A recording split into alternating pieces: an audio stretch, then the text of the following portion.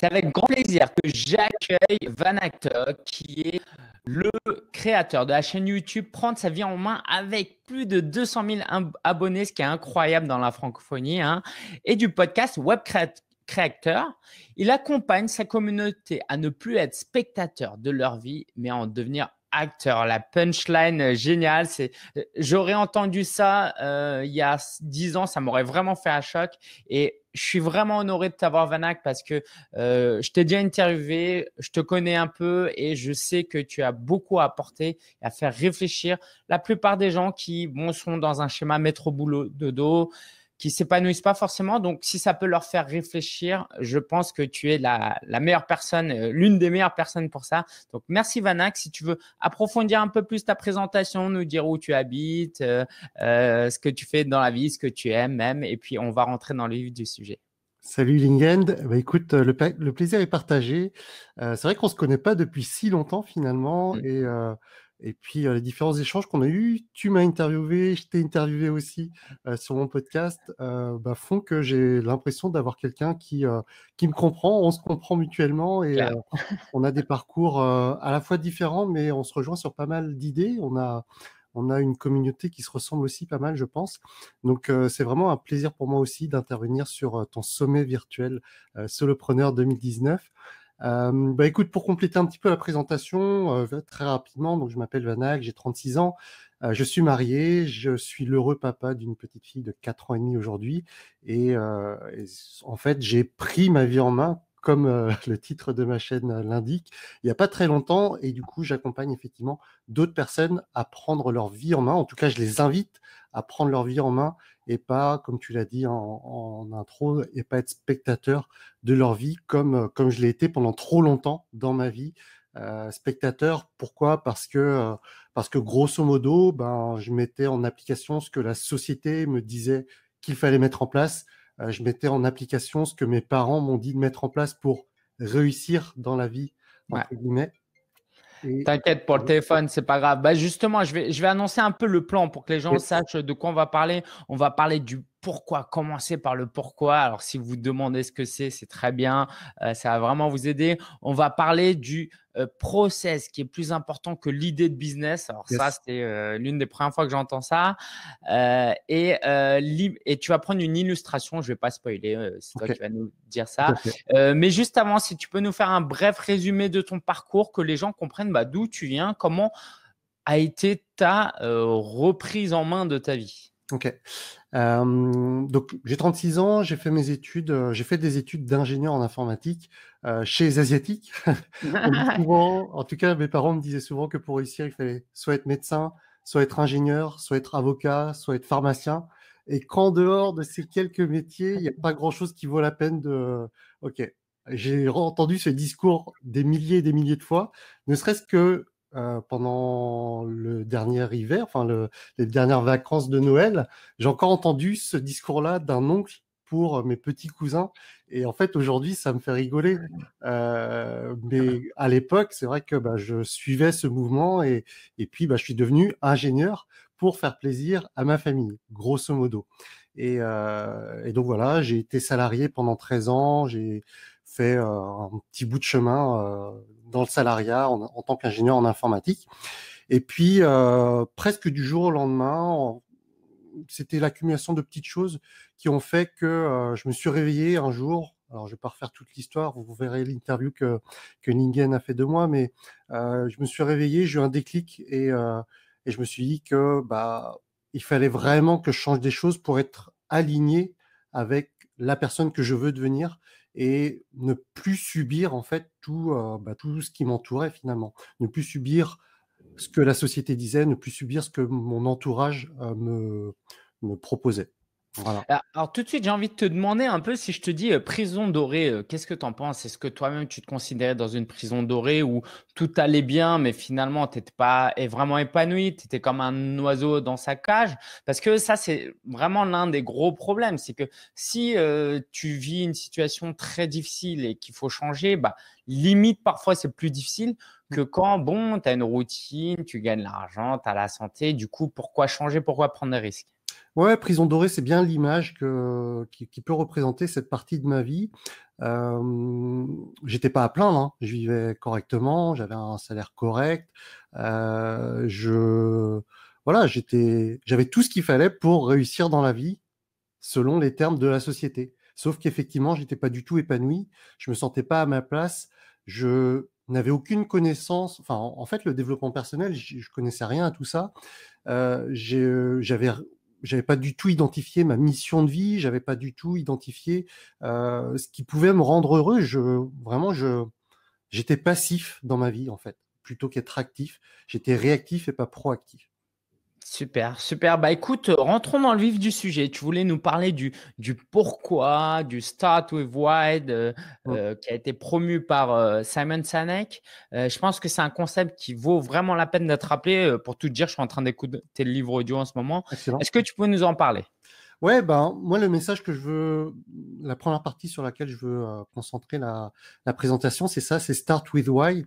Tout simplement parce que moi au début, effectivement en tant que salarié, j'avais à l'époque aucun entrepreneur autour de moi et ben moi, je me suis dit, bah voilà, pour créer un business, et surtout sur Internet, je me suis dit, ben, je vais avoir un business qui va être complètement automatisé, je vais gagner de l'argent, je vais pouvoir me libérer plein de temps. En fait, je me concentrais sur les bénéfices que ça allait avoir dans ma vie. Je me concentrais sur les caractéristiques de ma chaîne YouTube, des caractéristiques de mes formations, tout ça.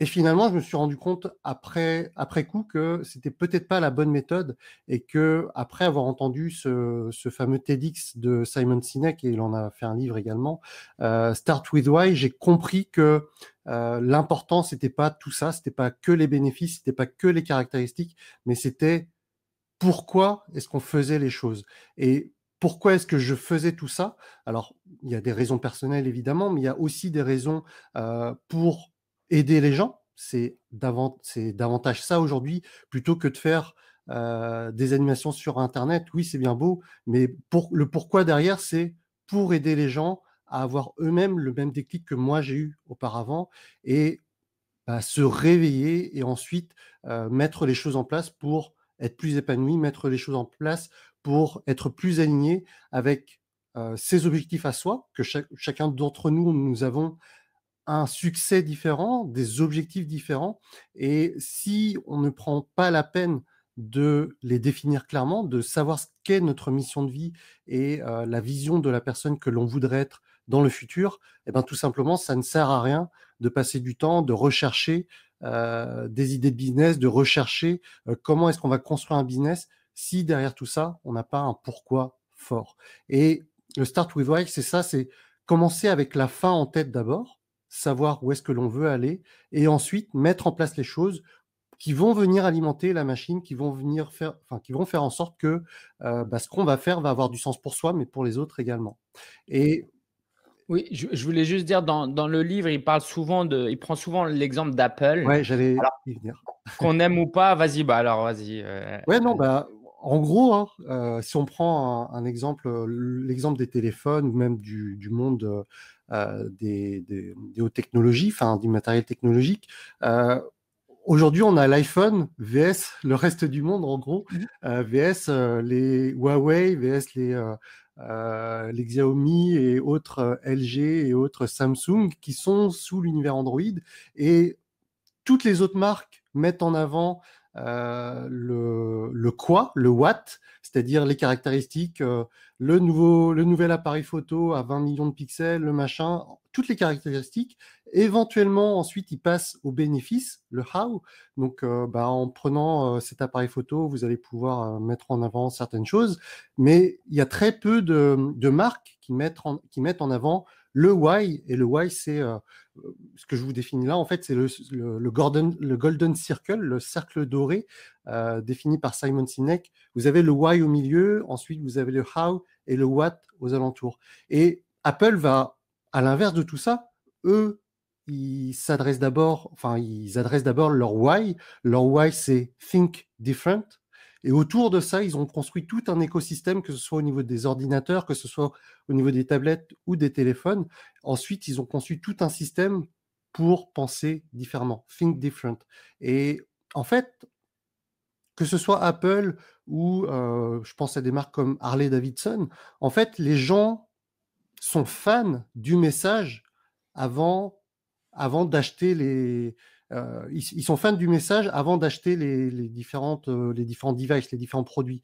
Les personnes qui sont fans de Harley-Davidson s'identifient à la marque et ensuite, éventuellement, enfin, ils achètent la moto parce que c'est une Harley et pas parce qu'elle a des caractéristiques supérieures à une Kawasaki, je sais pas quoi, à une Yamaha ou autre.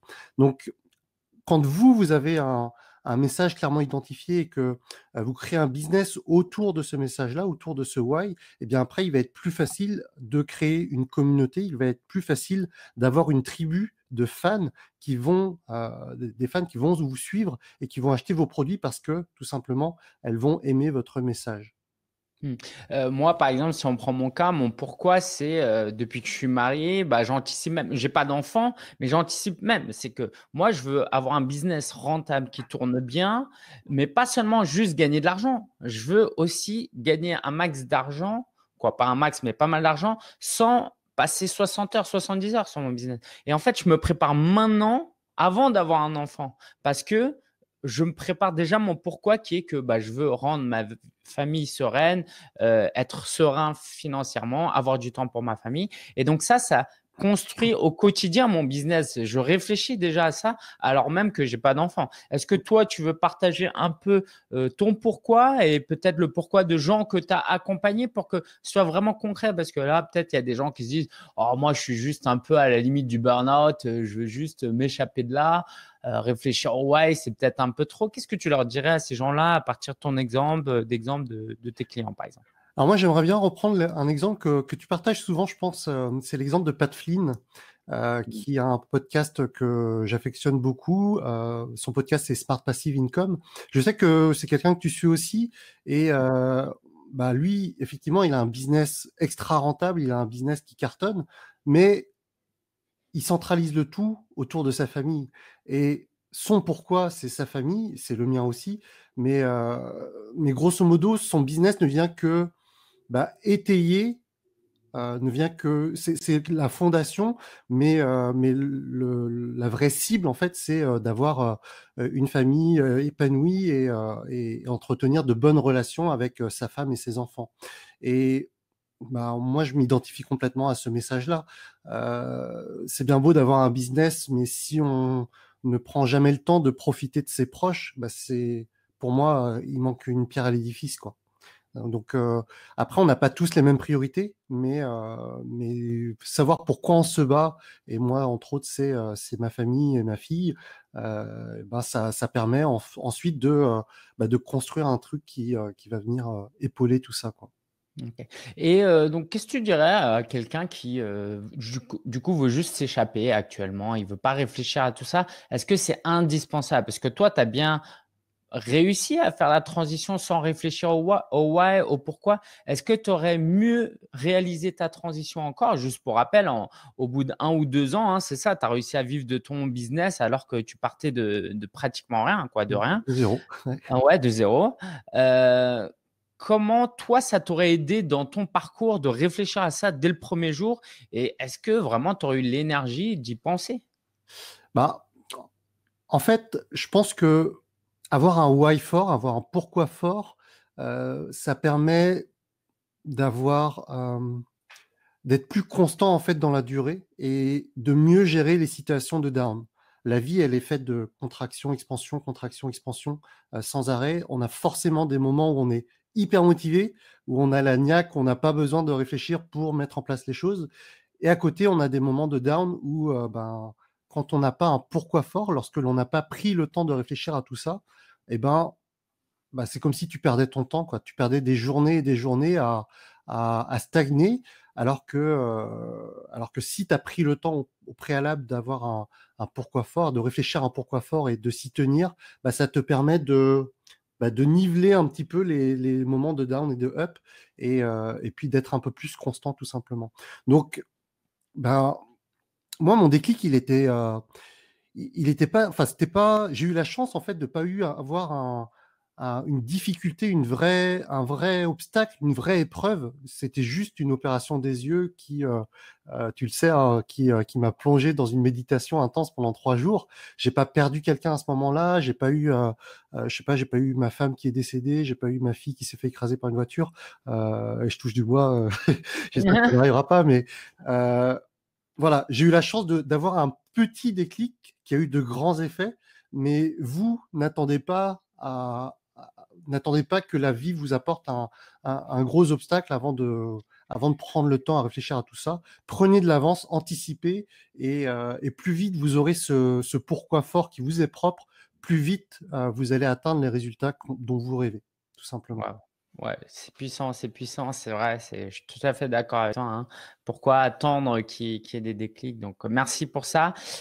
OK, alors là, la personne nous a écoutés, nous a dit: «OK, je suis convaincu, allez, je vais tenter un business, mais j'ai pas d'idée de business, j'ai l'impression qu'il faut avoir une idée, merveilleuse, sinon c'est pas la peine de se lancer».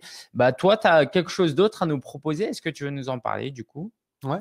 En fait, les gens, bah, c'est un peu normal parce que quand elles ont jamais rien démarré, au niveau entrepreneurial, elles se disent qu'il faut forcément une bonne idée pour réussir, et en plus, d'une manière générale, les médias, tout ce qu'on peut voir, heu et ben, on nous dit souvent que: «Waouh, la personne, elle a une idée formidable et parce qu'elle a eu cette idée-là, elle a engrangé des millions ou des milliards d'euros».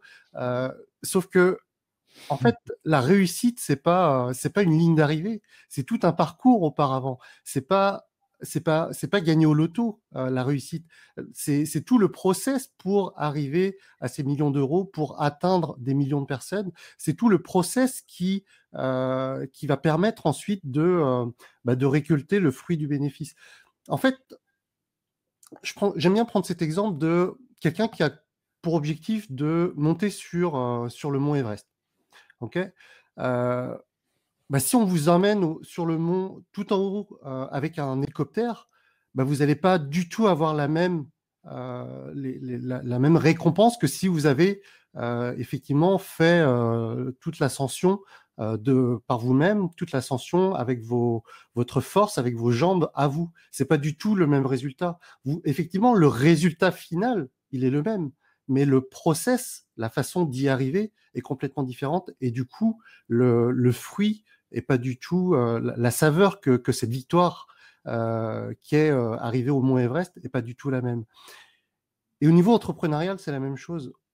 Si vous prenez des raccourcis, vous n'allez pas avoir l'expérience qui va faire en sorte que vous allez vous enrichir, vous, personnellement. Et parfois, bah, faut apprendre à creuser, faut apprendre à charbonner pour réussir tout simplement.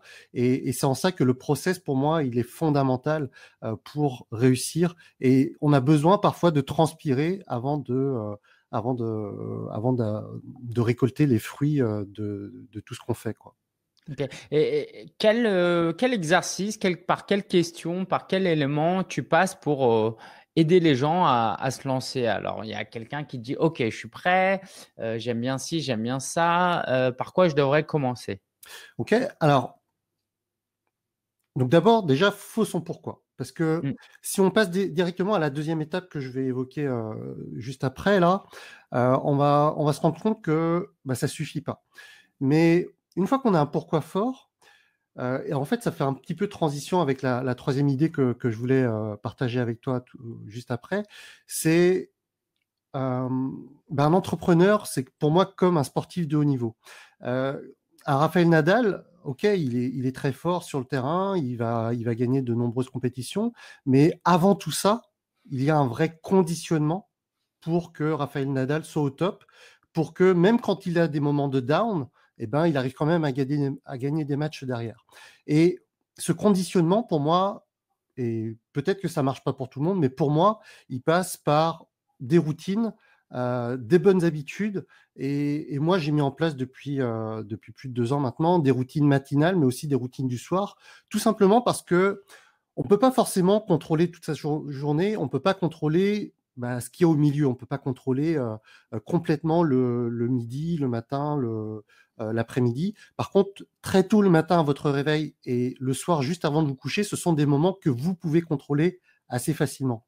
Et prendre ces moments-là et les tourner à votre avantage sont pour moi des façons intelligentes de créer votre process d'avancement. Et donc moi, personnellement, routine matinale, c'est me lever le matin, sourire, prendre un verre d'eau, méditation pendant 20 minutes. Ensuite, je fais ce que j'appelle la morning formula. Donc, j'ai une vision board, vision map que je traque, que je poursuis. J'ai des affirmations que je déclare à haute voix pour me conditionner, encore une fois, à la victoire. Alors, quelqu'un qui connaîtrait pas tout ça, qui me verrait à ce moment-là, me prendrait pour un fou. Mais c'est un vrai conditionnement. Et c'est André Agassi qui disait dans sa biographie que le moment le plus important pour préparer son match, pour préparer les matchs de tennis, c'était la douche d'avant chaque match. Et pendant cette douche-là, c'est à ce moment-là qu'il se conditionnait à la victoire. Et, et moi, ma douche à moi, avant de rentrer dans le match, avant de rentrer sur le terrain de tennis que sont mes différentes journées, eh bien, c'est ma routine matinale qui ensuite se termine par 100 sauts à la corde, 10 pompes, 10 burpees, et après, j'ai l'énergie maximale pour être créatif, pour me concentrer sur la création de ma chaîne YouTube et puis de mes épisodes de podcast. Okay. Est-ce que tu veux appliquer un peu tout ce process à ton propre parcours? Donc, pour que les gens comprennent, s'ils n'ont pas suivi l'interview, c'est que tu as lancé une chaîne YouTube où tu as mis en place, expliqué des concepts, des livres sur des thématiques de développement personnel sous forme imagée. Donc, est-ce que tu peux, au regard de ce processus, ce process, nous expliquer comment toi-même tu as lancé ton business et a atteint un succès aussi rapide? Ok. Alors déjà, juste pour revenir par rapport à l'idée, et peut-être que ça pourra vous donner des idées justement. Donc moi, j'hésite pas à m'inspirer de ce qui se fait ailleurs et en particulier aux États-Unis. Donc pour la petite histoire, hein, prendre sa vie en main, c'est directement inspiré d'une chaîne américaine d'un gars qui l'a intitulé Fight Mediocrity. Et puis je vous ai parlé tout à l'heure du podcast de Pat Flynn, Smart Passive Income, qui a fortement inspiré également la création de mon podcast Web Créateur. Et en fait, je me suis rendu compte, enfin tout ce que je vous dis là par rapport à mes routines, par rapport à mes habitudes, par rapport à ma morning formula, tout ça, ce sont des choses que j'ai expérimentées au fur et à mesure. Il y a des choses que j'ai essayées qui marchaient moins bien avec moi. Il y a des choses que j'ai essayées qui ont bien marché. Il y a des choses que j'ai abandonnées en route. Il y a des choses que j'ai remis parce que voilà, bref. Et en fait, c'est voir un petit peu ce qui... En fait, tout simplement, il faut avoir des mentors, il faut avoir des personnes qui vous inspirent, voir ce qui marche pour eux et puis les tester sur vous-même, voir si c'est quelque chose qui peut vous aider à avancer dans la direction qui est la vôtre, vers votre succès.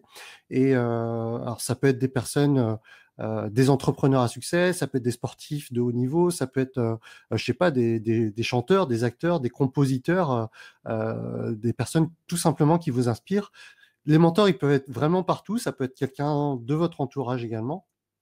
Mais voilà, voir un petit peu les habitudes que ces personnes ont, les appliquer à vous-même et même, je dirais même plus, voir aussi ce que eux, leurs échecs et puis s'inspirer de ces échecs. Si on peut prendre ce qui a marché pour les autres et éviter de tomber dans les échecs d'autres personnes, eh ben c'est tout bénef pour soi. Notre temps est limité, donc plus on va réussir à optimiser notre temps en s'inspirant de ce que les autres ont fait, mieux ce sera pour vous, tout simplement. Super.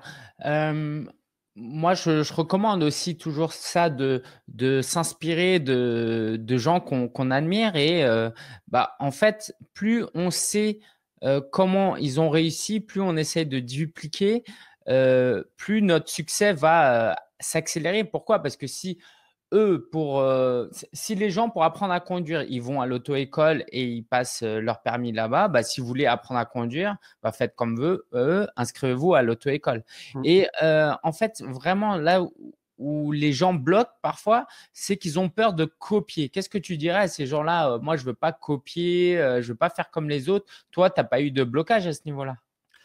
Alors, j'ai pas eu de blocage parce qu'en francophonie, c'est vrai que c'était assez facile. Il y avait personne qui faisait le même style que j'ai adopté. Donc, à l'époque, hein.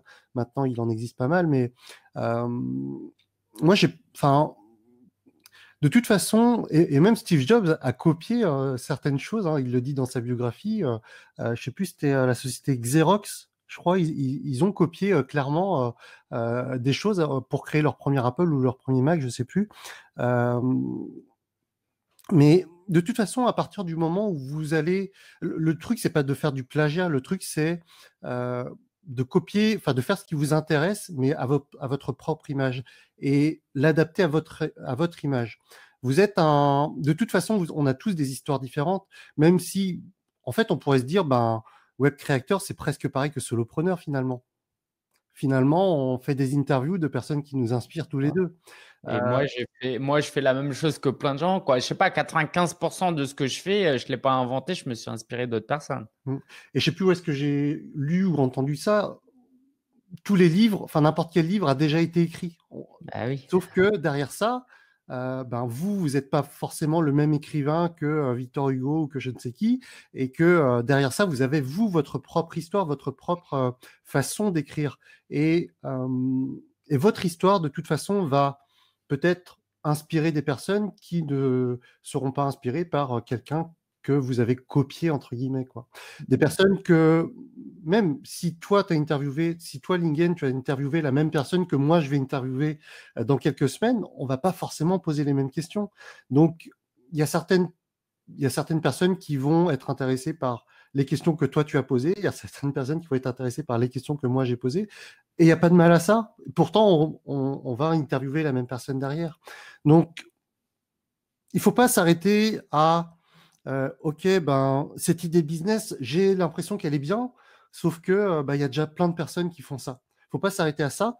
S'il y a déjà des personnes qui font ça, c'est qu'il y a un marché, c'est qu'il y a de la demande, et puisque vous allez réussir à incarner votre message, puisque vous allez construire un business différemment par rapport à ce qui existe déjà, eh ben, vous allez pouvoir, en ayant un process intelligent, vous allez pouvoir vous démarquer de la concurrence et réussir à performer malgré tout.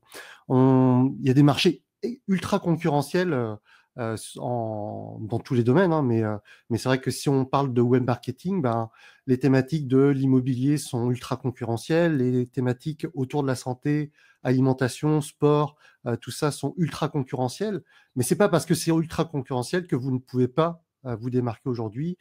Si vous incarnez votre message à vous, si vous véhiculez une image différente qui vous est propre, si vous adaptez peut-être votre message, si vous présentez votre message d'une manière différente. Ça a été le cas en développement personnel pour prendre sa vie en main. Je l'ai présenté à l'époque d'une manière différente, d'une manière innovante pour la francophonie. Et même aujourd'hui, où il y a plusieurs chaînes qui font des animations comme moi, eh ben, mon histoire est différente des autres et mon message va quand même être différent par rapport à tout ça. Donc, c'est comme ça que le business décolle, c'est comme ça que l'on peut percer malgré tout. Et derrière, bah, faut essayer de se renouveler. Derrière, faut continuer à entretenir la machine. Faut avoir un process qui vous fasse avancer en continu. Ouais, super. Moi, je prends l'image aussi du restaurant, hein. Il y a des restaurants, il y en a plein, plein, plein. Bah, pourtant, il y en a qui ouvrent tous les jours parce que il y a un besoin de l'autre côté, c'est que les gens, il faut qu'ils mangent. Et c'est pas parce qu'il y a d'autres restaurants qui vont tout le temps manger là-bas. Donc, il y a vraiment de la place pour tout le monde. Et aujourd'hui, bien plus que dans 10 ans. Dans 10 ans, peut-être, on aura un discours qui évoluera, mais faut vraiment y aller aujourd'hui. Ouais, je pense qu'en francophonie, il y a encore pas mal de choses à faire. Enfin, alors tout se passe très très vite sur Internet, mais malgré tout, on voit bien que même aux États-Unis, il y a encore des business qui démarrent aujourd'hui. Donc en France, il y a encore largement de la place pour tout le monde. On est vraiment qu'au balbutiement de l'ère du business sur Internet, quoi. Il y a encore de l'avenir pour tout le monde. Ouais. C'est clair, c'est clair. Il y a un domaine que j'aimerais bien traiter avec toi, c'est, la prise de risque. Est-ce que, toi, quand tu as voulu passer du jour au lendemain de salarié à entrepreneur, qu'est-ce que ta famille a pensé ou ton épouse, plus particulièrement? Est-ce que toi, tu as eu des peurs? Est-ce que ça t'a coûté beaucoup d'argent? Comment ça s'est passé pour toi et comment on peut rassurer ou, de toute façon dire la vérité aux gens, hein, à quoi ils peuvent s'attendre en termes de risque? J'adore cette question. J'adore cette question. Moi, ça a été très difficile. Ça a été très difficile, mais parce que je me suis mis mes propres barrières, en fait. Tout simplement, à l'époque, quand j'ai démarré, donc j'étais, comme je te l'ai dit, salarié, mais c'est surtout que j'avais aucun entrepreneur autour de moi. J'avais aucun modèle et en fait, j'avais l'impression de, Mmh. je sais pas, j'avais l'impression de commettre un crime presque à sortir de ce salariat, enfin, avoir ne serait-ce qu'envisager de sortir du salariat. J'avais l'impression de trahir ma famille, j'avais l'impression, Ouais. et en fait, tout simplement, bah, c'est parce que c'était vraiment, j'avançais dans le brouillard, je savais pas trop, c'était, enfin ouais, j'avais des peurs immenses. Sauf que tout au long de ce chemin, et il est pas si vieux, hein, ce chemin, ça fait moins de 3 ans, et ben, je me suis rendu compte que sortir de sa zone de confort, ça avait plus de points positifs que de points négatifs, et que plus c'était inconfortable, plus je progressais, en fait. Et c'est quand je dis «je», c'est vraiment, valable pour tout le monde. Plus on sort de sa zone de confort, plus on va grandir, plus on va devoir s'adapter, et plus les résultats derrière vont être bénéfiques, plus vous allez gagner en expérience. Alors le truc, c'est que moi, j'imagine toujours, et ça, c'est mon c'est mon métier «d'animateur» entre guillemets qui me fait faire ça, mais j'imagine toujours un petit bonhomme avec un cercle qui représente la zone de confort. Le truc, c'est que si on étend trop largement la zone de confort, si on essaie d'aller chercher un truc trop difficile, et ben après, les habitudes vont faire en sorte que vous allez revenir trop vite. Et l'idée, c'est pas de se faire trop de mal d'un coup, mais d'agrandir ce petit cercle petit à petit. De faire, j'ai une vidéo sur ça qui s'intitule la méthode Kaizen, mais d'étendre cette zone de confort petit à petit, mais quand même en continu. Et c'est comme ça que l'on grandit continuellement. C'est comme ça que on va pouvoir aborder des problèmes plus grands demain. C'est comme ça que l'on va pouvoir aider plus de personnes par la suite. Et ouais, bah, aujourd'hui, j'ai plus peur de la peur, j'ai plus peur du risque, parce que je sais que c'est en me confrontant à ça que, bah, derrière, je vais aider plus de personnes, que derrière, des personnes vont, grandir elles également, que derrière, je vais apporter plus de valeur. C'est en grandissant moi-même, et ça passe malheureusement ou heureusement par ça, par étendre sa zone de confort et par aller au-delà de ses peurs.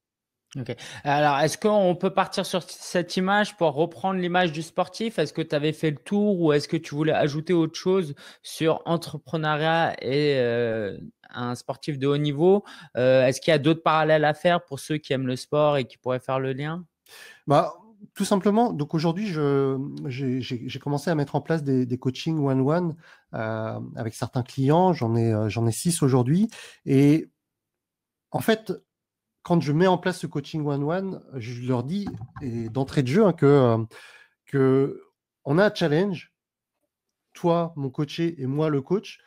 C'est pas toi qui te bats sur le terrain, mais on est en binôme, et on est vraiment là pour, tu es mon Nadal, je suis ton coach, et on est vraiment là pour gagner Roland-Garros ensemble. Même si tu as déjà gagné Roland-Garros, ou même si c'est la première fois, l'idée, c'est d'aller ensemble. Je t'accompagne, je peux te montrer comment faire une pompe, mais je peux pas les faire à ta place, tu vois? Je peux te montrer comment faire un coup droit, mais je peux pas les faire à ta place. Derrière, c'est toi qui va être sur le terrain, c'est toi qui va faire, qui va faire les coups droits, les smatchs et tout. Mais on est vraiment là, enfin, je suis vraiment là pour t'accompagner.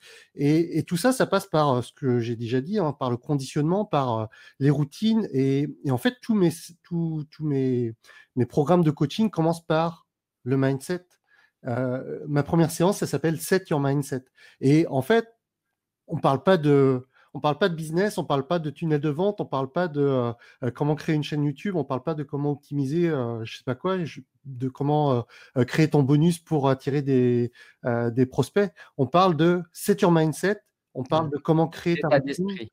l'état d'esprit, comment créer ta routine, comment planifier, comment être productif. Et ensuite seulement, eh bien, on amène les éléments techniques, on amène tout ce qui est marketing.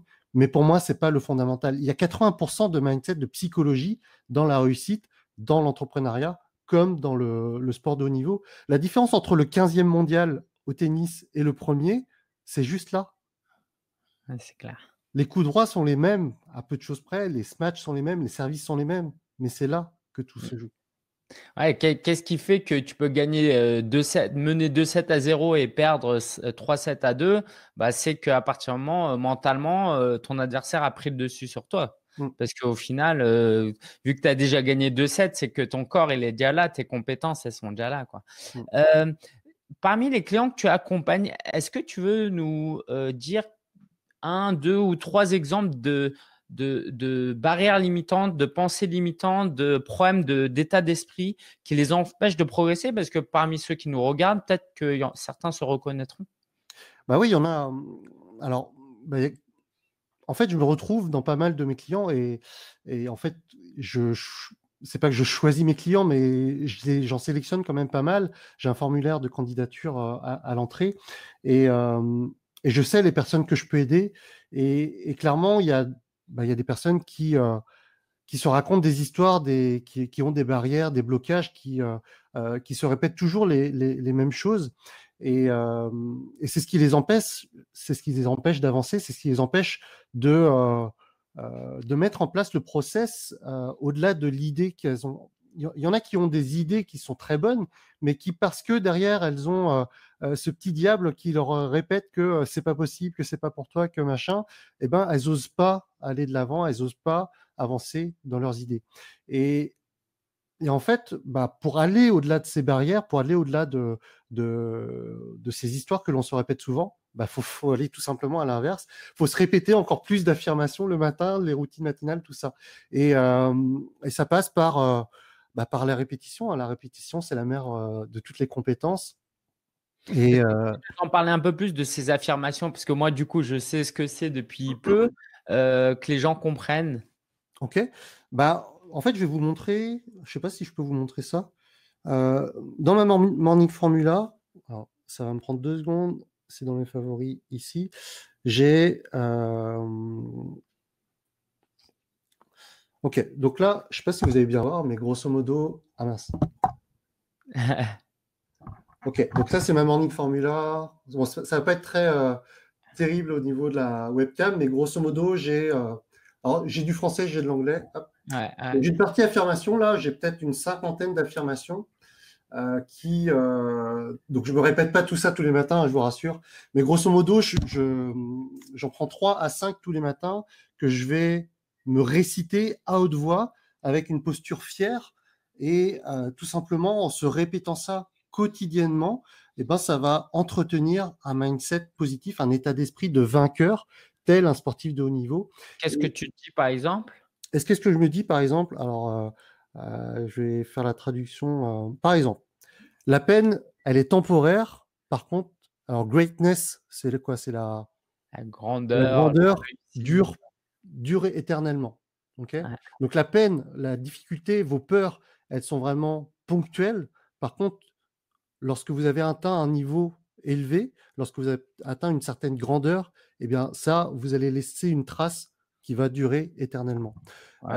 Il y en a une qui dit, je prends au pif, hein, c'est I choose to be successful in each area of my life. Donc je choisis d'être quelqu'un à succès dans tous les domaines de ma vie. Je me sens heureux et accompli. Tu vois, ce sont des choses qui sont simples, mais le fait de se répéter ça, ça va remplacer votre programme interne. Et en fait, ça me fait penser à T. Harv Eker, qui a écrit le livre Secrets of the Millionaire Mind, donc les secrets d'un esprit millionnaire, et qui disait que bah, si vous avez un programme de merde, grosso modo, vous allez avoir des résultats de merde.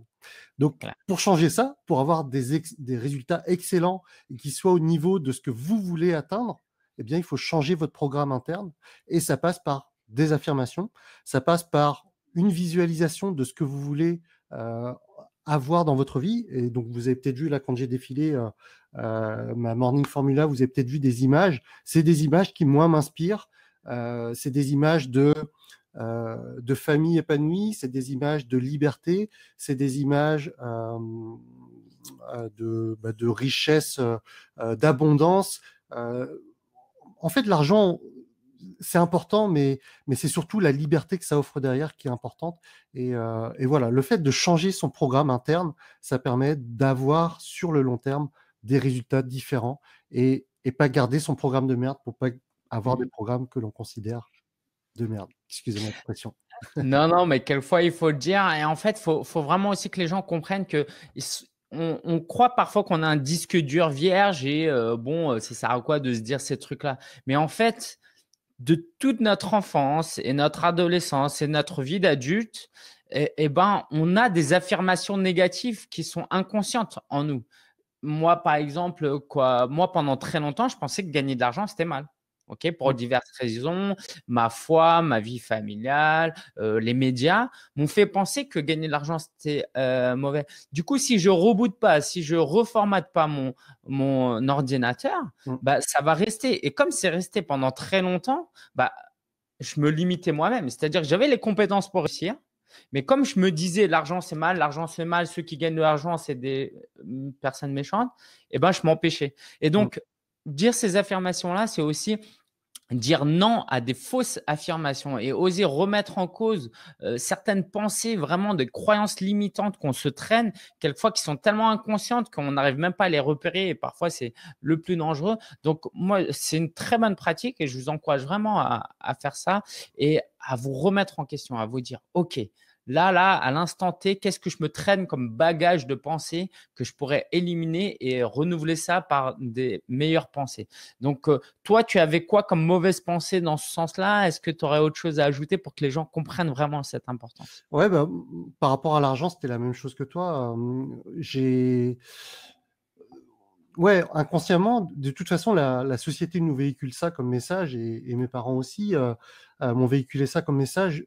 Avoir de l'argent, c'est forcément les pourris. Avoir de l'argent, c'est forcément gagner de l'argent, c'est forcément que derrière, on arnaque quelqu'un ou que derrière, il y a quelqu'un qui va en avoir moins. Sauf que l'argent, c'est pas une ressource qui est finie. La ressource, elle est infinie. On vit vraiment dans une abondance. Aujourd'hui, l'argent, de toute façon, c'est quelque chose de virtuel presque. Enfin, c'est que des chiffres qui s'échangent d'un compte à l'autre et ce n'est rien de plus que ça. Donc, l'argent, c'est pour moi aujourd'hui, contrairement à auparavant, c'est quelqu'un de riche, c'est quelqu'un qui a apporté de la valeur. Alors, j'aime plus trop parler de ça parce que, enfin, c'est pas que j'aime pas parler de ça, mais on a toujours du mal à définir ce que c'est la valeur. Mais grosso modo, c'est vous avez réussi à résoudre un problème pour quelqu'un. Plus vous allez aider de personnes ou plus vous allez résoudre un problème qui est vraiment compliqué pour quelqu'un, plus la personne elle va être prête à vous donner de l'argent. On va parler d'amplitude et de magnitude. Amplitude dans le sens nombre de personnes que vous allez aider et magnitude, la force que vous allez, enfin la grandeur de l'aide que vous allez apporter à une personne. Si une personne, elle a essayé, je sais pas, 10 000 régimes pour perdre 20 kilos et qu'elle n'a vraiment pas réussi, si vous avez une vraie solution qui va l'aider elle et que les 10 coachs précédents qu'elle a engagés n'ont pas réussi à accomplir, eh bien, elle va être prête à vous payer cher, tout simplement. Donc, ayez ça en tête, plus vous allez aider des gens à sortir d'un problème, plus vous allez gagner de l'argent, tout simplement. Super. Vanak, je pense que voilà, ce que tu disais avec les cercles, j'ai trouvé ça vraiment intéressant que sortir de sa zone de confort, c'est repousser les limites petit à petit. Et donc, dans ce processus-là, pour les participants du sommet virtuel Solopreneur, toi, tu as un cadeau très, très sympa à leur offrir. Est-ce que tu veux nous en parler justement pour ceux qui veulent se dire, OK, moi, autour de moi, il n'y a personne pour m'aider. je comprends, j'ai fait mon autodiagnostic, je vois que je manque de clarté, il y a des choses floues, je veux avancer, je peux pas non plus me payer un coach à 2 000 € pendant quelques mois. J'ai besoin d'un programme de contenu qui peut m'aider à, en fait, avoir des nouvelles lunettes sur le monde, sur moi-même. Mm. Tu as quelque chose à nous proposer? Est-ce que tu veux nous en parler? Yes. Alors, j'ai mis en place un nouveau programme, là, début 2019, qui s'appelle le pouvoir de la clarté. Tout simplement parce que je me suis rendu compte, au travers des messages que je reçois sur ma chaîne YouTube ou au travers des mails qu'on m'envoie pour me poser des questions, que bah, les gens, ils me disent à chaque fois, l'immobilier, ça m'intéresse, créer un business, ça m'intéresse, investir en bourse, ça m'intéresse, j'ai envie de me sortir de la situation dans laquelle je suis. J'ai plein d'idées, mais sauf que bah, ça fait 2 ans que j'ai plein d'idées et j'ai pas avancé d'un iota. Et le truc, c'est que c'est pas c'est pas qu'elles ont pas forcément la bonne idée, c'est pas que, elles ont pas les bons outils, c'est qu'elles manquent de clarté. Elles n'ont pas une vision claire de là où elles veulent aller. Je vais prendre un exemple pour illustrer ça. Que vous ayez une Twingo ou une Ferrari ou une Porsche ou peu importe la voiture dans laquelle vous êtes, si vous êtes en plein brouillard, vous êtes forcé de ralentir. Et lorsque vous avez la clarté, lorsque vous savez dans quelle direction vous voulez aller, que vous avez une vue claire, sur la route sur laquelle vous êtes, eh bien, vous pouvez accélérer et vous pouvez aller à 150, 200, 300 km/h. Et en fait, le pouvoir de la clarté, c'est ça la promesse, c'est vous aider à y voir plus clair dans vos idées et derrière ça, c'est enfin vous concentrer sur une seule et même idée et pas vous éparpiller partout. J'aime bien utiliser cette image d'être focus comme un laser et pas diffus comme un lampadaire. Un lampadaire, ça diffuse sa lumière un peu partout et vous, si vous êtes comme un lampadaire, vous dispersez, vous éparpillez votre énergie. Alors que si vous êtes focus comme un laser, vous allez concentrer votre énergie dans une seule direction et vous allez mettre tout le paquet pour avancer dans cette direction. C'est ça le pouvoir de la clarté, c'est ça la promesse de mon programme. Et le programme, il est à 297 à prix public.